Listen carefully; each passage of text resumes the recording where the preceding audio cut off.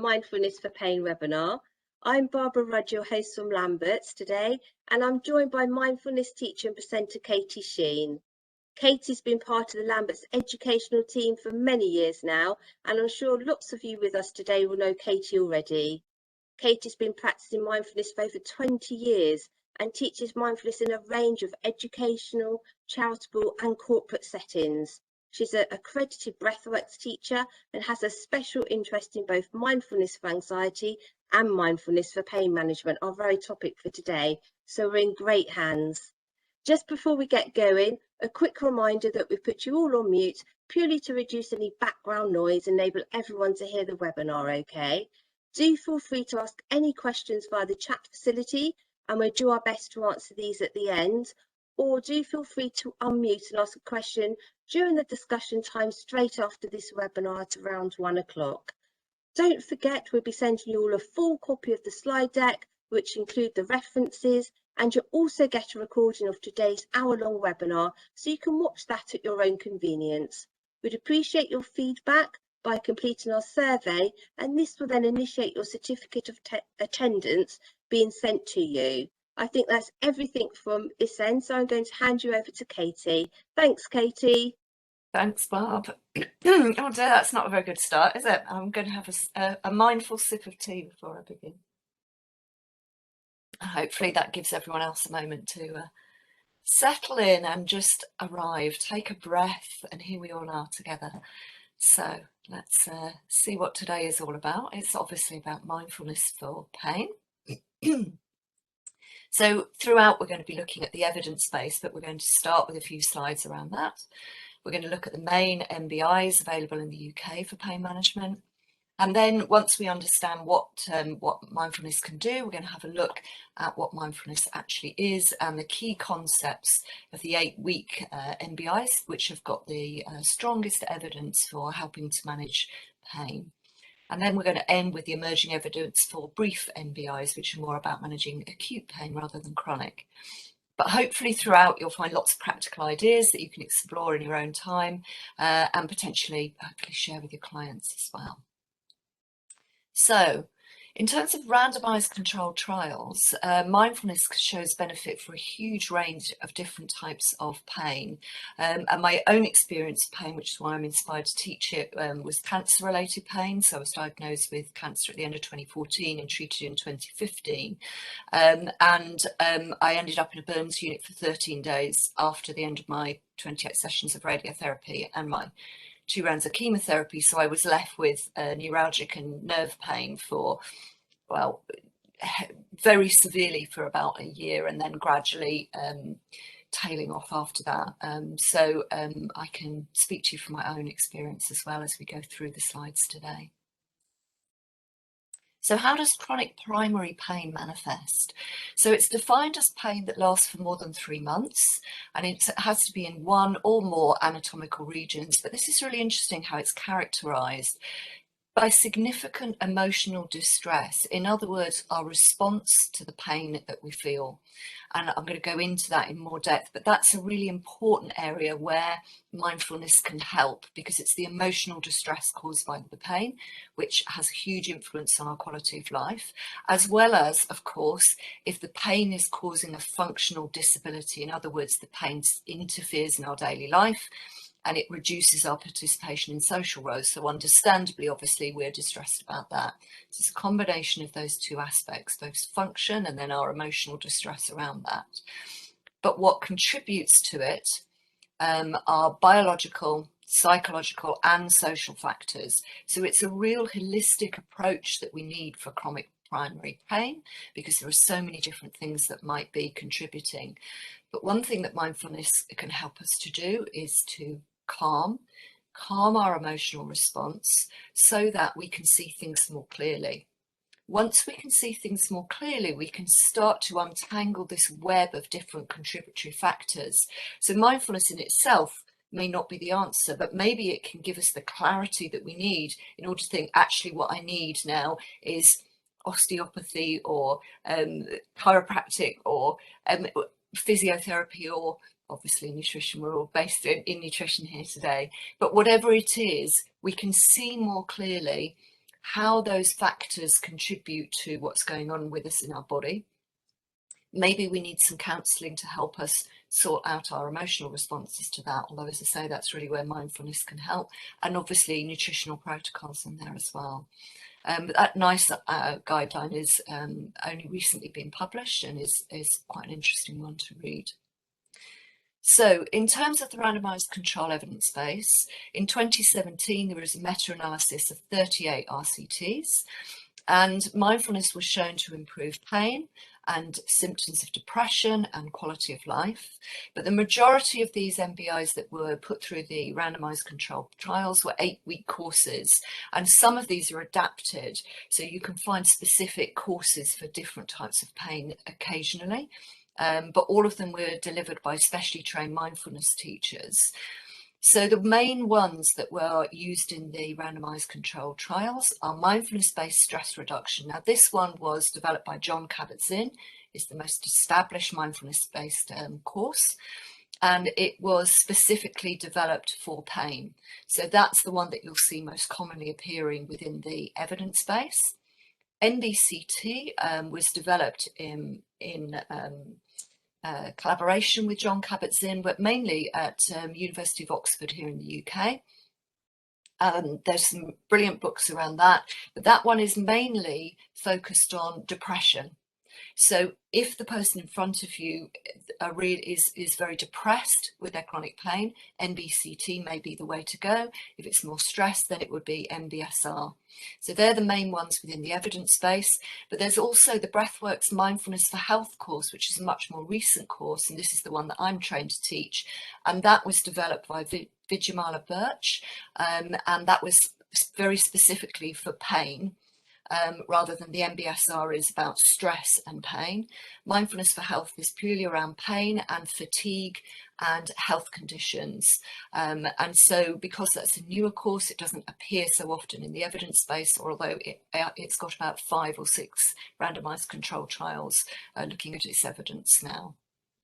But they're the main ones that maybe to consider referring people to. Now, because obviously all of us here are nutritional professionals, or most of us here, we also want to be aware whether mindfulness can be incorporated into our existing protocols.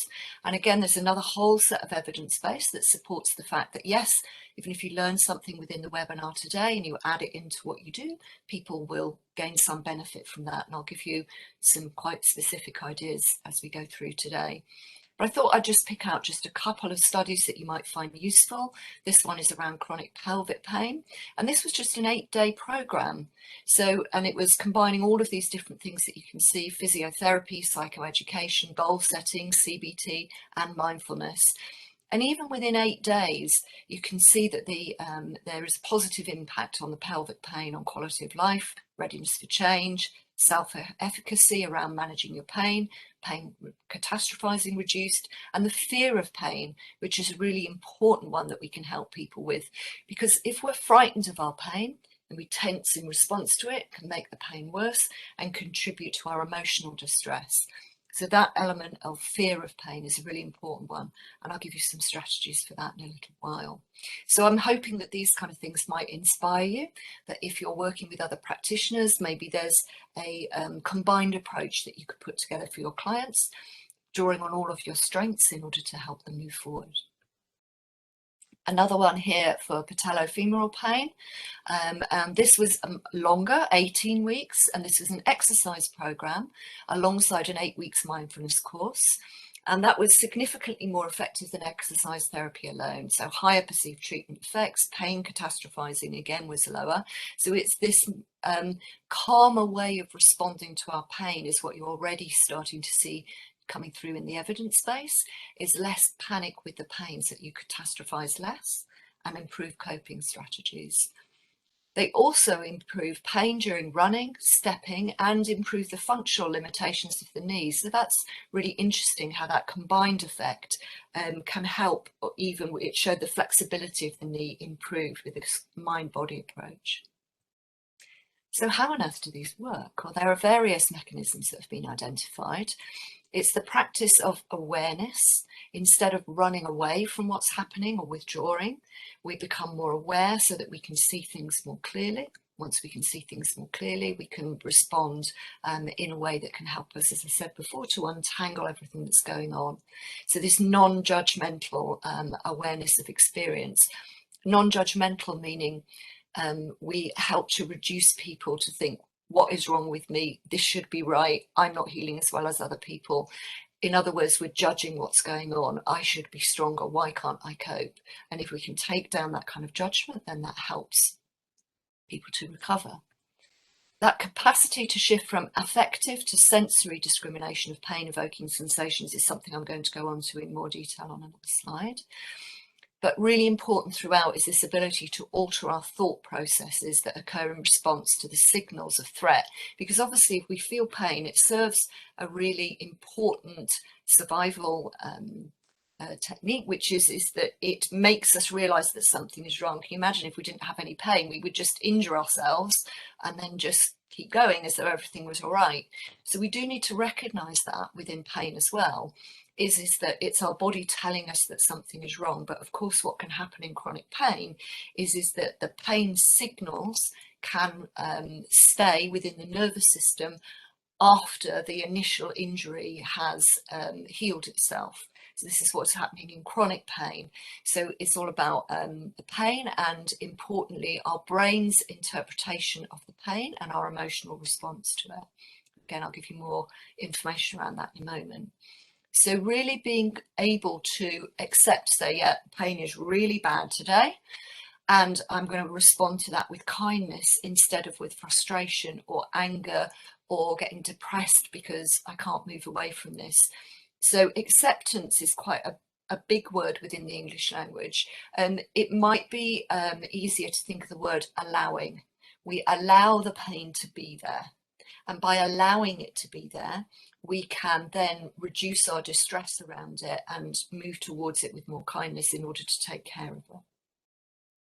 This gives us the slight more psychological flexibility, because when we have pain, it's very easy to become very tense and very focused on getting better. I remember that really clearly, that I went through a phase in my cancer recovery where every day was like, well, how am I feeling today? If I'm feeling better than yesterday, it's a good day. If I'm feeling worse, it's a bad day. And I realized that I'd become trapped into my life being defined by the levels of pain. And it was really important that I could break out of that cycle, and also to panic less about the pain. But an important part of that is that we're realistic. So when I had a change in pain, instead of lying awake worrying about it, I would think, wow, there's a change in pain. This is a bit worrying. What can I do to reduce my distress? I will phone my medical team. I will tell them what's going on and I will be reassured. And then I've done something positive. Now that I know that that change in pain is kind of normal, it doesn't signify things getting worse, then I can then use my mindfulness to manage my response to that. And of course, having spoken to my medical team and got reassurance, that would help to reduce my distress as well. So it's very much about reaching out to other people. Please don't interpret mindfulness to be all about being inward looking. We only go inwards in mindfulness to see things more clearly or to develop skills so that then we can engage in life more effectively. So one thing that's really interesting that happens when you practice mindfulness, and these kind of results are only after about 8 weeks of practicing a course, is that brain imaging shows that that our mind actually starts to respond differently to pain itself. So it changes the contextual evaluation of pain and reduces the conscious acknowledgement of painful sensations. So I've been left with chronic pain from my cancer treatment, but I can genuinely say that on most days I don't notice it. But if anyone says to me, and now I'm thinking, oh, because I'm talking about it, I can feel the pain. And that was a very slow process to get to the point where if every day what you do is think, here is pain, but it's okay, I'm going to move towards it and soothe it, and it's not something that I have to panic about.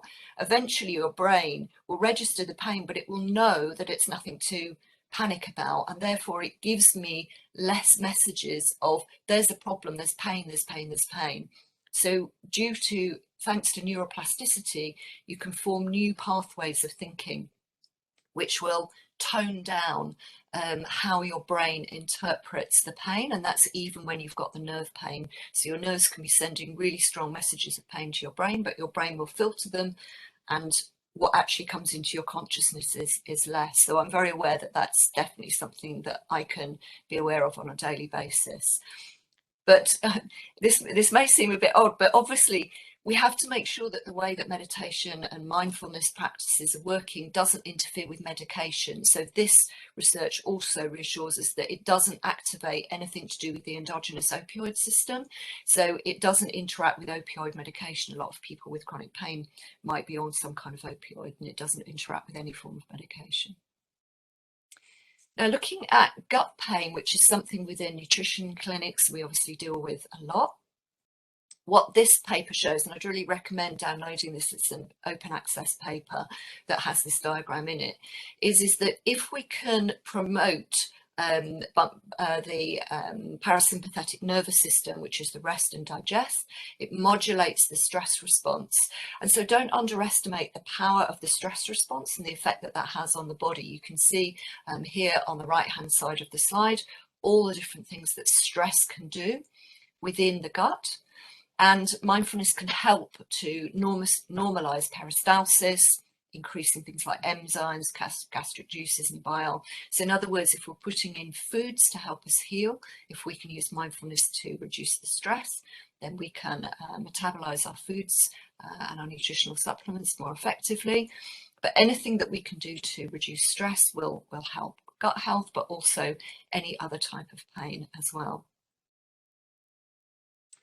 So what is mindfulness? Well, it originates from the Buddhist tradition, where it forms one part of the Noble Eightfold Path to Liberation. But it's not an ideology. You don't have to believe anything at all. And it's not a technique or a set of techniques. There are different mindfulness approaches, but they're more about concepts and practices rather than techniques.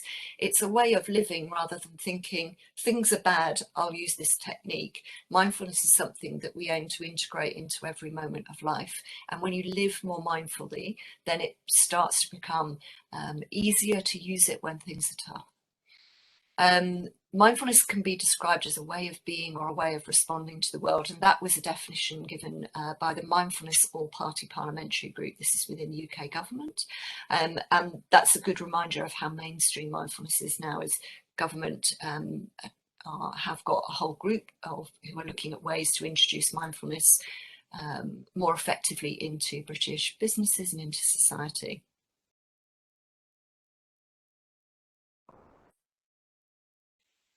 A few more definitions of mindfulness for you. It's a form of mental stability, and that prevents us from being constantly captured by distractors. In other words, our mind is often thinking about the past or the future, and that misses what's going on in the present. And particularly our mind is very, very good at telling ourselves stories.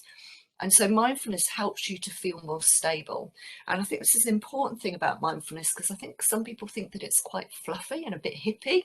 And that's a kind of maybe how meditation in particular first came over to the UK, was it within that kind of setting in the 60s, 70s. But it's really about building inner strength. So the more often that you come back to the breath in your body, the more often that you feel your feet on the floor and feel stable, the stronger you feel. So inner strength, I think, is something that brings us stability. And again, I think that a lot of people perceive mindfulness to be about just calming down, and deep relaxations and so on are incredibly healing because they help us to let go of the stress. But the more relaxed you are, funnily enough, the more stable you feel. Because if you think about it, if you are full of stress, one little thing happens to you and it really knocks you and you're very reactive. So another way to think of that is that you lack stability. So if you can calm yourself and feel more stable and see things more clearly, then that stability is a kind of inner strength. This non-aversive stance towards experience is a really important aspect as well. So we have a curiosity as so it doesn't stop you feeling something like anxiety or fear or anger or any other strong emotion, but your response to that becomes like, wow, this is interesting. I am really off the scale with my anxiety at the moment. So that's really interesting. So you've got this curiosity. So why am I feeling like this? What's going on for me? And what can I do about it? So it's this friendliness rather than saying, wow, I'm feeling fear, which inspires more fear, or I'm feeling pain and I don't want it to be here. It's this curiosity. So it's a moving towards rather than moving away. And we're certainly not trying to deny the difficult aspects of life, because the more stable we are, the easier it is to turn towards those difficult aspects. This ability to recognise that thoughts are merely thoughts is a really crucial part of this, and I'm going to give you a few more slides on that. So we need to see them as, we call them mental events, meaning that they arise, and then if you just watch them calmly, as long as you don't hook onto them and start spinning stories around them, they should flow. So there's a sense of flow. Sometimes they use the imagery of clouds across the sky. So the sky is always there, obviously. So looking out my window, you can't see my window, can you? But the sky is up above us. And obviously the weather changes all the time. So the image that is used is that your mind is like the sky and your emotions come and go like weather or like clouds. But I'll give you a lot more information about that in a moment. So mindfulness is really about attending moment by moment to the object of mindful awareness. In other words, where is your attention without judging it? So not thinking that there's something wrong with me because I'm fearful, without becoming caught in conceptual elaborations about the object. In other words, without spinning lots of stories. So mindfulness practice is this cycle that we have a compassionate curiosity about what's going on for us in the present moment. This brings awareness to what's going on. This non-judgment brings us clarity, gives us insight. Then we have a choice, because sometimes we see, I really need to change this in my life. But you might think, I am just not ready to change that now. In which case, that's fine. You don't have to act on that. Even that in itself is a really important stepping stone for people, is to realize that you can sit with an awareness that you need to make a change. And you sit with that until you're comfortable around the idea of making a change. And then when you're ready, you can make a change. That might be a long way in the future, or it might come much quicker than that. Whereas quite often people will say, I know what the real issue is, but I don't want to think about it because it's too big. And so you push it away. So even being able to sit with that insight is a really important step for a lot of people. And then once we take action, or we can change the way that we think, then there's the transformation. But it's a constant cycle. Obviously, every day brings us new things to look at with this compassionate curiosity. So let's go into a bit more detail about the way that we think about pain. So it's explained as primary suffering within the Mindfulness for Health course. Traditionally within mindfulness in Buddhist tradition, is called the first arrow. So if something unpleasant happens to us and we feel it physically, we injure ourselves and there is pain. That is the first arrow, and that has just happened. We couldn't have prevented that happening. But the secondary suffering is how we react to that injury or to that pain, and we call that the secondary suffering or the second arrow. And this is where we can use mindfulness to reduce the second arrow. So what we want to do is that if we're hit by an arrow, we want to go, wow, that was really painful, and then focus on taking out the first arrow. If we think, wow, that's awful, and now what's good, and then we start panicking, it's as though we're putting a second arrow in. So it's this really strong image about, how am I reacting to the first pain if what I want to do is actually help that initial pain? So step one, I would say, is helpful. So this is my writing. This is a little postcard, which I still have here, actually. Is it true? Are you sure? So this comes from the teachings of Zen Master Thich Nhat Hanh. There's a beautiful calligraphy you can find on the internet of Are You Sure by Thich Nhat Hanh. And that just reminds you to be careful of what you're thinking, and to be careful of, is it true? Are you sure about things? Because so often when we look at our thoughts, we're spinning a story which is just based on nothing in particular. And what our mind does is that it looks back and finds similar things that have happened to us in our experience and puts them together to draw a conclusion. And quite often our thoughts aren't true. And so within mindfulness-based cognitive therapy, they use this particular model, which I think is a useful one, called the ABC model of emotions. So the way that they explain it is our world is a silent film, and we each write our own commentary. So A represents the facts of the situation. We have an injury. This is what a video camera would see and record. B is the interpretation we give. So it's the stories about, I've injured my knee. Well, maybe that will mean that I will never be right again. I'll never be able to walk again. I'll never be able to do this again. And now it's just a down, and you can go on and on spinning these stories. But that running story, and this is a real eye-opener when you start to practice mindfulness, is often just below the level of our awareness. So we often take it as fact. And what we notice is our reaction.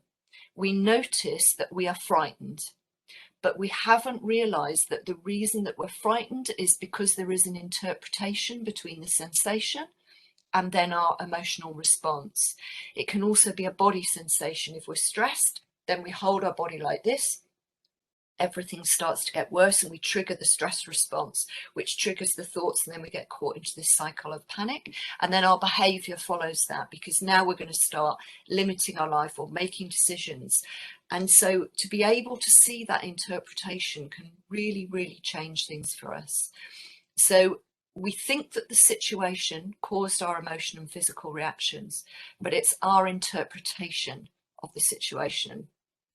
So an example of this is, first of all, just to tune in now where you are, to just feel your body breathing. So just particularly notice around your rib cage, there is a very gentle expansion and contraction. Each breath.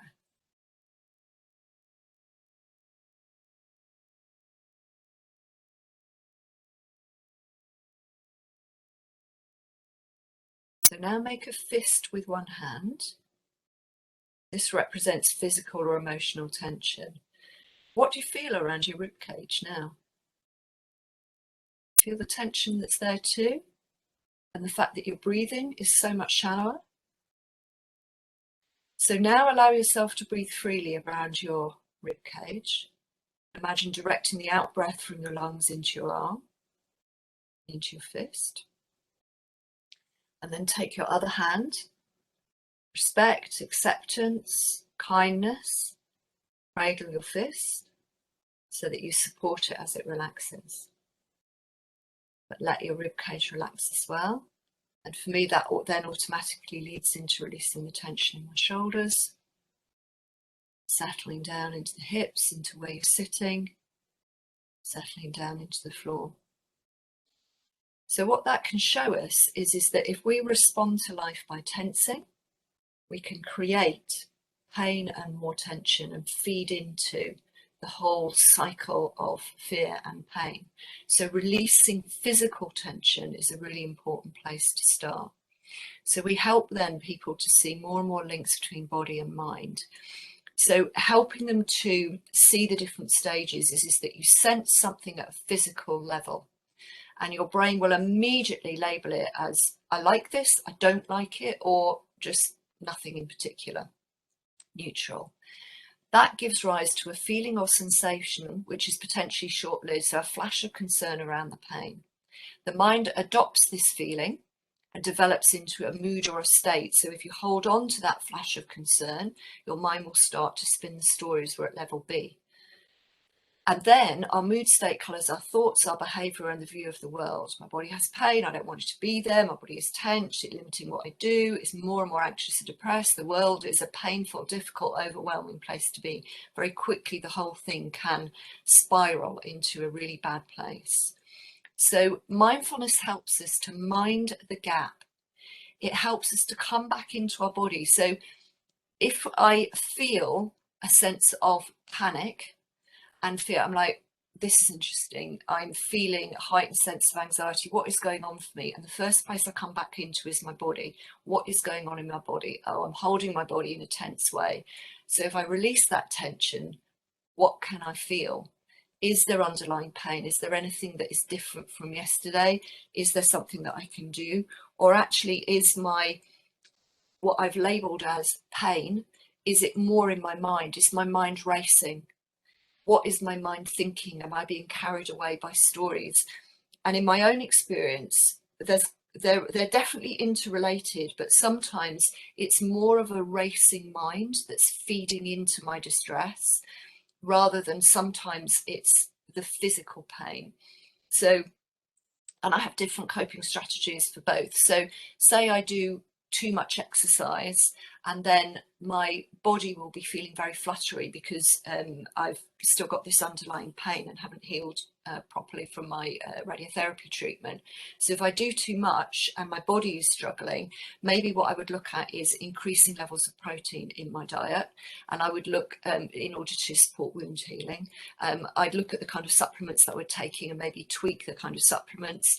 I'd consider whether I've triggered a level of inflammation. Maybe I need to look more at an anti-inflammatory protocol as well. And maybe I just need to rest physically. So maybe that's a case of spending a few days just literally prioritizing resting and caring for my body. But maybe what's happened, because of course energy within our body is used both physically and emotionally, maybe I've been thinking too much, and maybe I've got into a space where my mind is running too much. Maybe I'm not sleeping as well as I could be doing, in which case my strategy is to slow down my thinking rather than necessarily my body. So I'd be using more strategies which is about, I need to take more breaks, but maybe this time what I need to do is more exercise. Maybe I need to get out for a walk more, because my pain or my perceptions of pain is being driven more by my mental state. But in order to disentangle those things, we need to really practice coming into our body and being very familiar with what is normal, if you like, what is a normal level of pain and how does that feel? So is my pain throbbing, or is it sharp, or is it tingling, or is it this, or is it that? And is that normal, or is this something different? So it's minding the gap between these different levels. And if I just flick back to that, seeing whether it's physical level, it's a flash of a feeling, whether my mind is holding on to it too much, or whether my mind is in a big storytelling mode and I need to bring it back into my body and to help my awareness to move to something else. So mindfulness is about minding the gap between these different levels of physical and emotional reaction. So why do we actually practice mindfulness? A big thing that I've just been talking about is to stop running through life, because particularly when you have pain, it will have triggered the fight or flight response. And there will be, when you tune into your body, there is a definite sensation, usually of running, of panic. So it's that trying to escape the pain. And if we're running, we're not thinking clearly. So it's about stopping running through life. So we're not denying or fighting or freezing or fleeing from reality, which of course is all to do with that stress response. We want to be calm. We want to be stable, so we can see things as they really are, with a huge degree of kindness, but this curiosity of, how can I best support myself in this present moment? We want to gain the insight that we need to inspire the transformation so that we can become happier.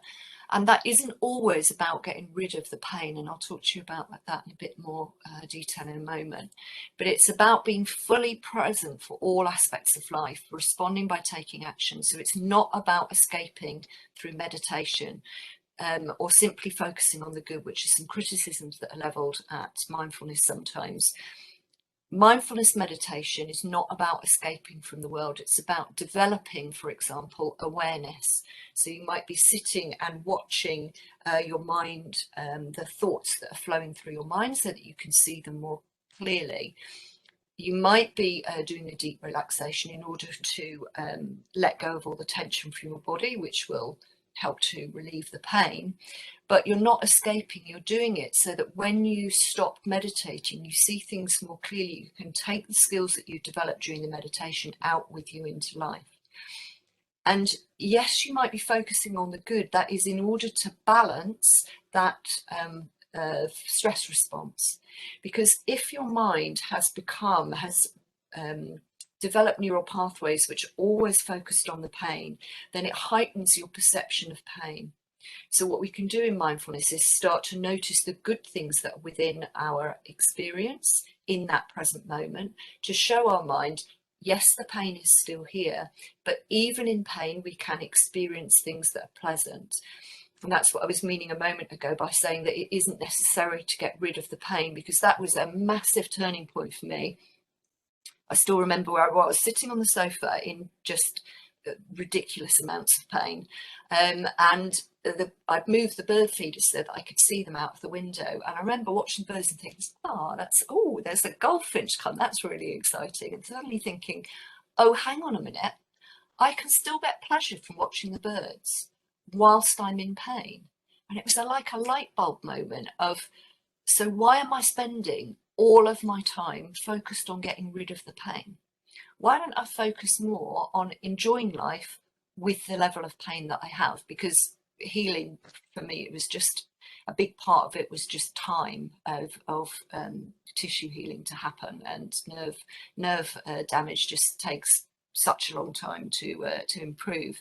But that realization of, okay, so I can still enjoy life with my pain.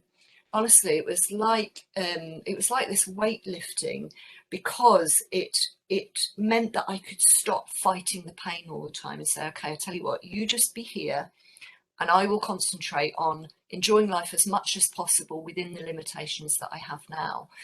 And immediately that pressure dropped, then obviously the tension in my body and mind dropped, my pain reduced, and also my mind felt freer to focus on the aspects of life that were pleasant and that I could enjoy.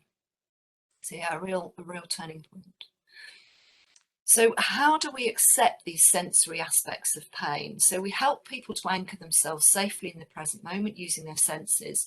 So the example that I just gave you is a good example of, in that present moment, I could see the birds on the bird feeder.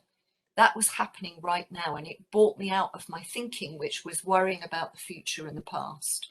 So using all of your senses, and I'll explain that more in a moment.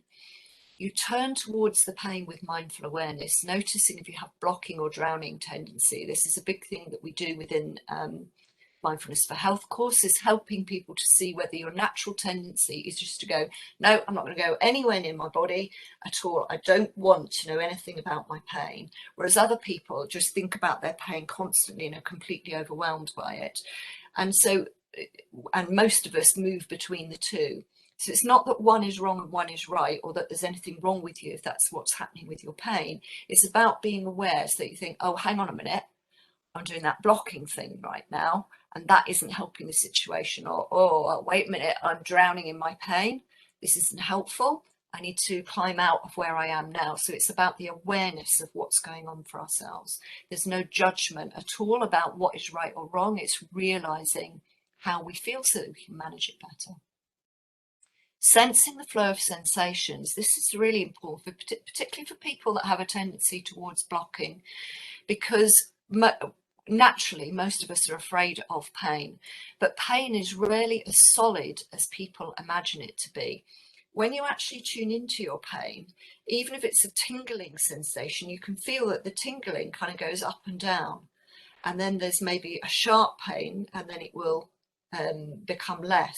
And also there's an edge to your pain, so it feels as though your whole body is in pain. But if you place your awareness at one of the centers of pain, if you then take your awareness out through your body, you can go, oh, actually it's a bit less here. I was used to take great comfort in the fact my earlobes never hurt throughout the whole of my cancer treatment. My earlobes were always fine. So I would go to my earlobes and think, well, they're fine. The rest of my body, horrific. Earlobes are fine. Let's just focus on being grateful that my earlobes are feeling okay today. And so it helps if you have a bit of a sense of humour about it as well. But pain, this idea of flow, and definitely I could wake up one morning crying with pain and just think, wow, if I just wait, like this afternoon, my pain could be much less. And there wouldn't have been anything in particular that I'd have done. It would just be the nature of the pain that I had, is that it would ebb and flow. And that is very freeing, because it helps you to cope when the pain is really severe, of just to say, all I can do is just curl up right now. And if I just stay calm and just stay with my breathing, the pain will ebb and flow. And it's a very weird sensation when pain is very severe, because it's like a wave effect. It kind of washes over you and you feel very spaced out because of the physiological thing that's happening with the pain, and then it kind of recedes again. It's quite interesting when you just kind of really go with it. If you're not frightened and you enable yourself to just go with that flow of being in pain, I remember thinking, wow, this is kind of such an amazing part of human experience. This is something that maybe I would never otherwise have experienced. And so you get this kind of curiosity around it. But that ability to flow with it is a really freeing one for people, because it stops us tensing and denying and fighting and pushing it away. So as well as, like I've just mentioned about the flow of pain itself, we notice the reactive flow of thoughts and judgments that arise in response to that sensory experience of pain. And what we're looking for is this mid path between blocking and drowning, freeing themselves from your train of thoughts that may take you to a destination where you don't want to come. And we sometimes use that image. If you feel as though your thoughts are taking you off towards a destination you don't want to be for, you just think, I'm just going to get off this train at the next station, and I'm going to wait on the platform, settle my breathing, and then I'm going to get a train to somewhere else, to think about things that are more positive. But also, just to say, is that mindfulness recognizes that everything is flowing. It's not as though with mindfulness you ever reach this kind of Buddha-like state of being. That was Buddha achieved that, but I don't know about you, I'm not expecting to be Buddha in this lifetime.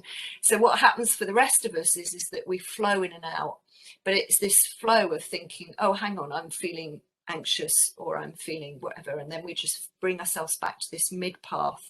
So now I'm blocking my pain, let's come back to the mid path. Now I'm drowning in it, let's come back to the mid path. And so thinking about this fluidity is really important. And so we learn how to allow and accept and respond to pain in each moment.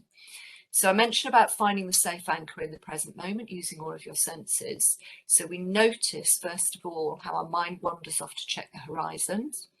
And so therefore our anxiety is trying to help us, is trying to keep us safe. So what we want to do is enable it to find a safe anchor so that it can kind of find that point where it can feel reassured. So always bring your mind back lightly and kindly with a smile. We're definitely cultivating kindness. So all of your senses, meaning sight, hearing, smell, touch, physical sensations, breathing, your thoughts, where you're placing your thoughts. So I just gave you that example of the birds on the bird feeder. If I've opened the window, then I would have heard them. I live in deep suburbia, and I can quite often hear trains going past. And I actually find that quite comforting, especially if they do that little whoop, whoop kind of noise that they do. I'm sorry about that. It's a terrible impression of a train. But anyway, it's that really, and my brain picks that out to go, oh, that's nice, there's trains. I quite like being in suburbia. So, and obviously for you, there may be something in your environment that you find safe and familiar. So you can come back to that. But then when you consciously notice, oh, this is something that makes me feel safe and secure, then if you keep showing your brain, oh, this makes me feel safe and secure, it will start to notice it of its own accord. And I used to think of it as stepping stones through the day, stepping stones of happiness or stepping stones of safety. In this moment, I can feel happy. In this moment, I can feel safe, etc. So really starting to be aware of what makes you feel safe. And for someone in pain, focusing outside the body is often a safer anchor. So we might talk about the feeling of our feet on the floor, but obviously if you have pain in your feet, that may not be the best place to go for. So it's very individual. And I would encourage you to experiment and find something that is a safe anchor for you. And that would be a multitude of safe anchors, by the way. So if you start to feel anxiety, you would think, okay, I'm feeling anxious. What can I see in this moment, or hear, or touch, or is my breath here? Can I come to my breath that makes me feel safe in this present moment? That gives you that stability. So one example, and this is a meditation that is often used, it's used across all of MBSR, MBCT, Mindfulness for Health course, is this 3 minutes breathing space. So if you Google this, you'll find free recordings of it everywhere. But the meditation is just within 3 minutes. First of all, you just arrive. So it's this taking this moment to become really aware of where you are and how you are feeling, both physically and emotionally, because it's so easy to run through life without really tuning into how we're feeling. Once you're aware of how you're feeling physically and emotionally, and you've done that separately so that you can do what we spoke about before, separating out physical sensation from an emotional response, then you gather awareness around the breath in your body. We use the breath because the breath, when you tune into it, is this very peaceful kind of rocking motion. And there's a pause between the out breath and the next in breath where everything is really still and calm. So you gather awareness around your breath to get that calm and stable clarity. And then you expand your awareness back out to the whole of the present moment and rejoin your day with a sense of beginning anew. So that's something that is used within all of the different courses. And that book that I've mentioned there as well, that's the book that goes alongside the course that I teach, and that's got all of this in. It's a really great book. Mindfulness, A Mindful Way Through Depression is the one for MBCT, and the books by John Kabat-Zinn are the ones that accompany mindfulness based stress reduction. All of them have got really great resources within them. And I wanted to talk to you about gaining a broader perspective of pain. So I've never shared this publicly before, but I went for art therapy when I was going through all of my treatment, and this is one of the things that I drew. So I'm not a great artist, but the red in the center was the pain, and that's where I began the painting, was the pain. And then I was just talking as just the most amazing art therapist who was just invaluable for me. And then I drew the yellow, and then all the bits around the base of the painting. And then the ones that you can see going off to the right were the future, recognizing that pain would be part of my life for a very long time to come. But what we were talking about was what I was saying in this session of art therapy was that I didn't want to deny the pain. I wanted to incorporate it into my life as a whole, because I was in my late 40s by the time I had this degree of pain. So there's all of this life before, and that's what's represented on the left hand side of the page. So there's all of this life that's gone before, and in this moment there is extreme pain. But if I don't incorporate it into who I am, it's like denying this really amazing experience of not knowing whether I would live or die, and this extraordinary, as I say, amount of pain. But if I can incorporate it into who I am, then surely then I can learn something from that. And that's what the right hand side is about, how I take that forward into life, which I couldn't see at that particular time.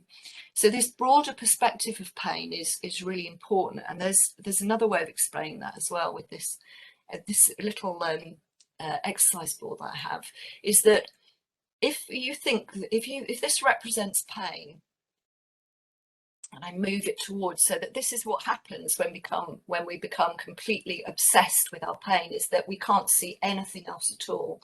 It takes up the whole of our attention and overwhelms our life. But if I then open up my awareness to be aware of what else is going on in my life in the moment, then obviously the pain recedes into a better perspective.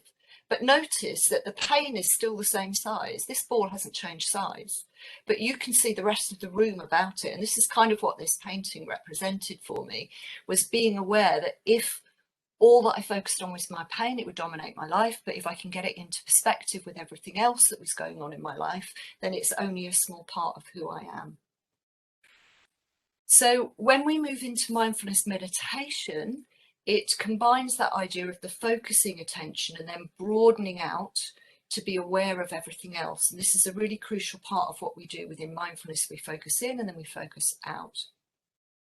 So mindfulness meditation alone, without all of the mindful concepts and the mindful way of living, it's been shown to significantly reduce pain in experimental and clinical settings. Mindful breathing helps to reduce repetitive negative thinking and increase optimism about the future, because you're coming out of your thoughts and placing your awareness on that rocking sensation of your breath. And by the way, one thing you notice when you're in extreme pain is that right in the center of your body where your breath is there's no pain. And because you can feel it really low down in your abdomen, and it's like even if you've got pain in your lungs and in your abdomen, there's still a space where you can kind of imagine your breath where there's no pain at all. It makes a huge difference when you can find somewhere where you can come to. But the science of the out breath means that when we breathe out, it stimulates the vagus nerve. This activates the parasympathetic nervous system. It has an anti-inflammatory effect. It improves the cognitive thinking, so the clarity of our thoughts, reduces depression, and helps to regulate perceptions of pain. And as I mentioned a moment ago, if you want to look this up, if you look up diaphragmatic or belly breathing, or actually on my YouTube channel, I've got various examples of this and of the 3 minutes breathing breathing space that I mentioned earlier. There's quite a few meditations on my YouTube channel which are about managing pain. But the thing about belly breathing is that anxious breathing tends to be really high in the chest. So to counter this, we take our intention into the center of our body and drop really low into the belly area. So it's described by Zen Master Thich Nhat Hanh as being 3 fingers below your belly button, and then imagine moving in from there. But actually you can feel your belly rising and falling at that level. So we invite your awareness from the lungs. You know, earlier we were looking at our rib cage, to the imaginary feeling of the diaphragm rising and falling with each breath, because obviously that's just below our lungs. So you imagine the diaphragm, and what that helps you to feel is that your body is expanding and contracting in 360 degrees. So you do this whole body breathing. So you imagine the diaphragm rising and falling. It's massaging your internal organs to help release tension and to soothe and to comfort the whole of your abdomen. So you notice that rise and fall of your belly as you breathe, and that also helps you to release holding in the hips and the pelvis and the upper legs. And for a lot of people, we hold an awful lot of tension in this part of our body. And if you're sitting down now, maybe you can feel that, is that if you tense your hips, you can feel how you kind of rise up away from the chair, and then if you release down. But really notice that when you're sitting working on your laptop, for example, of how much you're holding tension in your body and kind of rising up and leaning forward, and just be aware. And this is as many times as you can remember during the day, 50, 100 times, releasing tension in your body to settle back down into the space where you are will help to make you feel more stable and secure, and you feel less pain. Now, we also in all of the courses teach mindful movement, and this is very gentle way of moving. So it's not, the importance isn't to be able to lift your arm above your head. It's about exploring this hard and soft edges of physical experience, because when you're in pain, and obviously like everybody, I've had arm pain and knee pain and goodness knows whatever kind of pain that comes and goes with injuries over the years. But you'll notice that if you know that you've got a pain in your shoulder, and somebody says, can you move your arm, and go, oh, I don't think I can, because it's going to hurt. In other words, you're projecting into the future. So a big part of what we do in the courses is to help people to explore their relationship with pain. So it's around self-care and self-awareness, because some people will not want to move because they're frightened of the pain. Others will be, I don't want this pain, so I'm going to move anyway, regardless of whether or not it makes it worth. So we really help people to explore, well, if you move it just slightly, how does it feel?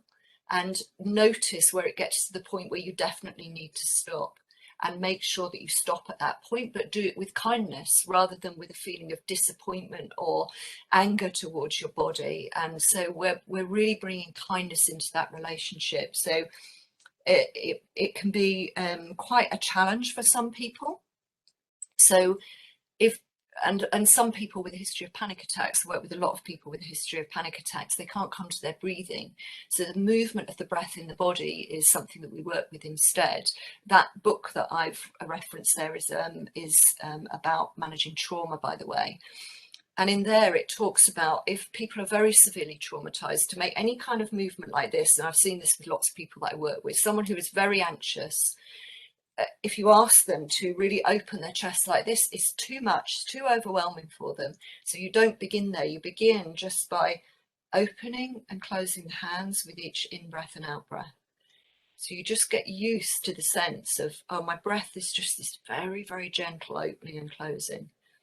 And maybe I can start to allow my body to gently, gently start to open, close, open and close. And you can use it with your mind as well, where you find that your mind is really locked on something, that image of, can I just open, close, open and close, and it brings a sense of gentleness to both mind and body.